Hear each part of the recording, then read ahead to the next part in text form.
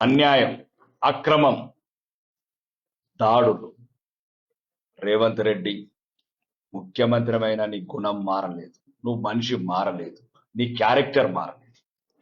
కామారెడ్డి ప్రజలు ఇచ్చిన గుణపాఠం ఇంకా నీకు చేరినట్లేదు. ఈరోజు జరుగుతున్న దాడులు ఒక గౌరవనీయ శాసనసభ్యుడి మీద 2 సంవత్సరాలుగా ఏమిచ్చావు కామారెడ్డికి? కొడంగల్కి ఏం తీసుకెళ్ళావు? 10,000 కోట్లు తీసుకెళ్ళావు.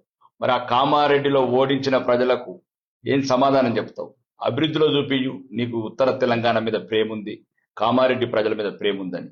ఈ రకంగా 7 సార్లు ఓడిపోయినోడు తల మీద రూపాయి పెడితే ₹1 అమ్ముడు ఓని షబీరాలిని ముందు పెట్టుకొని 2 సంవత్సరాలుగా నువ్వు చేస్తున్న అరాచకం, అక్రమ కేసులు, అన్నిట్ల ప్రోటోకాల్కి అగ్నిస్ట్ నువ్వు చేస్తున్న చర్యలు ఏవైతున్నాయో అవి ఎవరు ప్రజలు హర్షించదగ్గవి కావు.